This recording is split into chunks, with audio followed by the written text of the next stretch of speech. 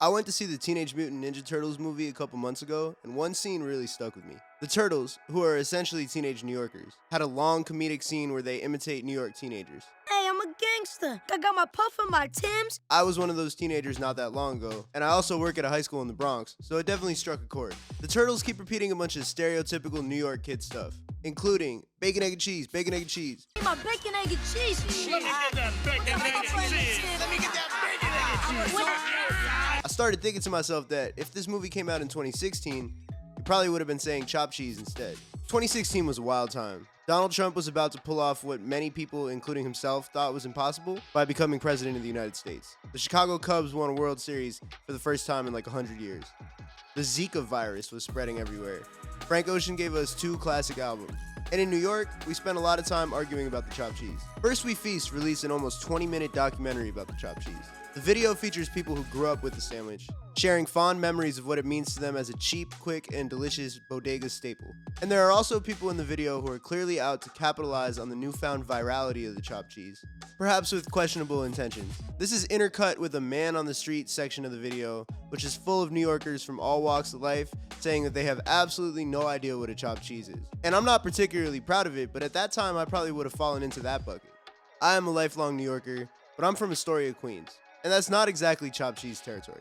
The sandwich is most closely associated with its roots in Spanish Harlem and other parts of Uptown in the Bronx. Jamaica and Hollis, the parts of Queens that are best known for their versions of the chopped cheese, are on the other side of the borough from where I am. In Astoria, we have halal food, Greek food, and if you saw my other video, a ton of hookah. When I wanted a quick bite growing up, I was getting a gyro from Peter Pan or King of Souvlaki, where they put these really crispy fries into the gyro. I'm gonna lose my train of thought if I keep thinking about it because I'm kind of hungry. I definitely did get sandwiches from bodegas as a kid, but like the Ninja Turtles, I was more of a bacon, egg, and cheese kind of guy. If you're not from New York, you're probably wondering how a sandwich that brings out so much hometown pride for a certain slice of the population can be completely unknown to another slice of the population. New York is a really, really, really big place. Let's just compare it to the sandwich that people often compare the chopped cheese to, the Philly cheesesteak. Everyone in Philadelphia knows what the Philly cheesesteak is. It's a cultural staple that brings people in from all over the world to try it out. People argue about who makes the best one, Pat's or Gino's or Joe's or whoever the I don't know. Personally, I'm an Ishkabibbles kind of guy, but that's besides the point. Philly is, of course, a major city and one of the biggest cities in the United States, but you might be shocked to learn that Philadelphia is actually smaller in population than Queens, just Queens by itself, not New York, like literally just Queens. And at least 3 out of the 5 boroughs are bigger than Philly on their own. New York's overall population is about 6 times the size of Philadelphia. With this many people, there are just so many subcultures in different walks of life. And while all of us New Yorkers have an overlapping Venn diagram of some experiences, we definitely don't do all the same things and root for the same sports teams and eat the same foods. In 2016, this was a hot issue, fresh off the bodega griddle. One YouTuber named Jeffrey Almonte went super viral for reacting to an awful video made by Insider about the chopped cheese. A video that implied New Yorkers had no idea what it was at all, there were no New Yorkers who knew what the chopped cheese was, and that it was some kind of answer or response to the Philly cheesesteak. In reality, neither of these things are even close to true. The chopped cheese, of course, is a neighborhood staple in Uptown Manhattan and the Bronx and parts of Queens and probably Brooklyn too. There are millions of people who eat them every year. Obviously, people know what it is. And the origins of the sandwich, which we'll get into in the video later, might not have had anything to do with Philadelphia at all. Just a poorly researched video. They kind of walked it back, I think, eventually, but it really was like the touch point where people were just like, man, what are we doing? 2016 was a time when gentrification and cultural appropriation were becoming more and more part of the mainstream conversation in this country. And the chopped cheese served as the perfect battleground. Insider was making that super out of touch video. There was a restaurant called White Gold, which like that name is just so crazy when you put it in this situation, but they were serving a $12 like quote unquote upscale version of the chopped cheese. And well, it was definitely made with like grass-fed beef or whatever, like it's kind of losing the point.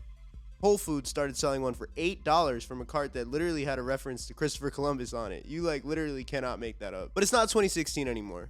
White Gold closed its doors sometime between then and now. I honestly don't know if Whole Foods still sells that sandwich. I kind of doubt it, but I could be wrong. The flashpoint battle over the chopped cheese has definitely settled down. The people who grew up eating the sandwich are back eating it in peace, and the vultures who wanted to make money off something they probably barely understood have surely moved on to some other out-of-touch idea that they can try to monetize. NFTs, a podcast, who knows.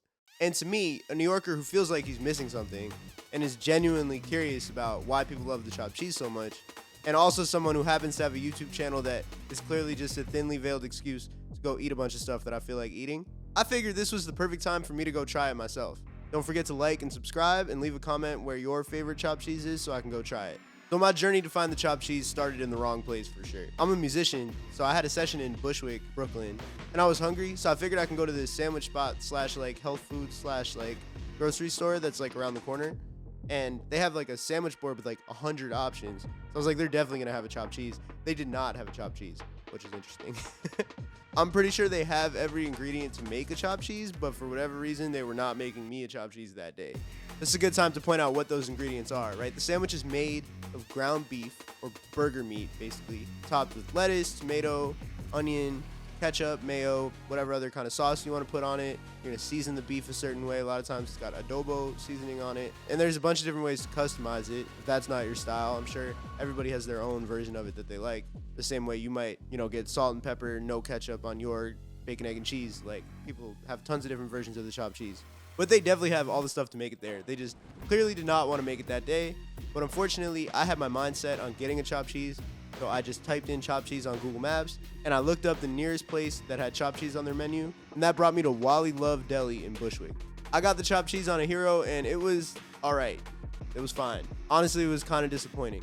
Maybe it was because I was like eating it in my car in the dark. It was like a really depressing video to watch back.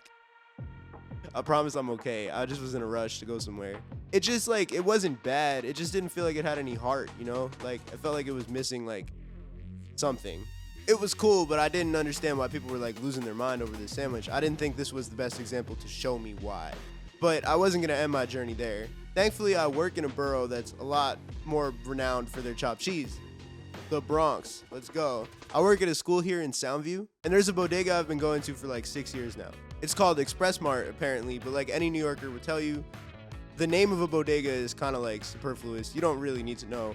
I'm actually not sure if I knew what this place was called until I filmed the awning for this video. Shout out to Express Mart though, man. This place is great. They have an awesome like hot food bar in the back with Dominican food where I get lunch all the time as a teacher. Today though, I'm trying the chopped cheese. I got it on a roll with everything on it. I didn't even know what everything was. She just asked me if I wanted everything. I was like, yeah, surprise me, I took it back to the teacher's lounge and I took one bite and I totally get it now.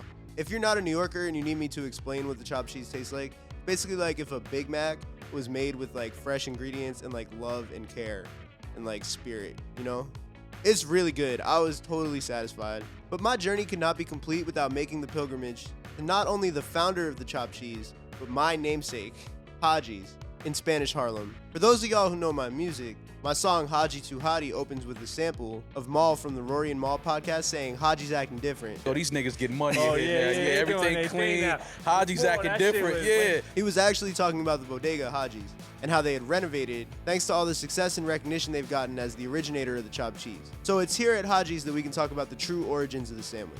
There are many rumors, but if you ask the people at HADJI's, they're going to tell you about Carlos Soto. Carlos was a longtime employee of HADJI's who sadly passed away in 2014. While most will agree that Carlos is the man behind the sandwich, there is still some disagreement in exactly how. Some say he chopped up burger meat to fit on a hero roll because he was out of regular hamburger buns. Others say the workers at the store who were from Yemen gave him the influence from a sandwich that they have back at home in Yemen.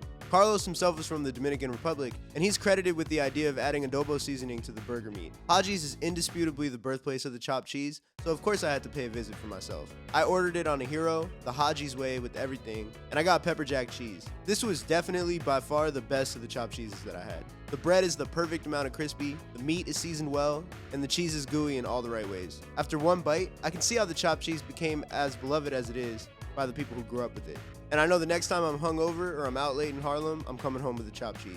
The success that has come from the recent popularity of the chopped cheese is evident at HADJI's. They aren't shy about letting you know the chopped cheese is here, just look at the awning. It's nice to see the true creator of the sandwich get to reap the benefits, instead of whatever hipster restaurant or grocery chain wanted to capitalize off the meme to make a quick buck. And in today's world, that kind of cycle is all too common. People are drawn to authenticity. It's one of the hardest things to find these days.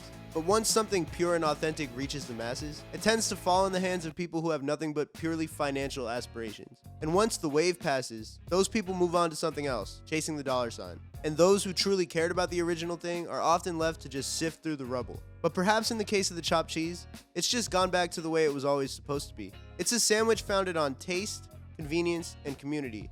And through it all of those things remain. The people who are grabbing them on their way to school or their way home from work are still doing that. Who cares what Whole Foods or some James Beard winner is up to in their respective kitchens? The chopped cheese has persevered through gentrification, memification, poor imitation, and probably some other Asians I can't think of. And it's still standing right where it is today. And it's good as man.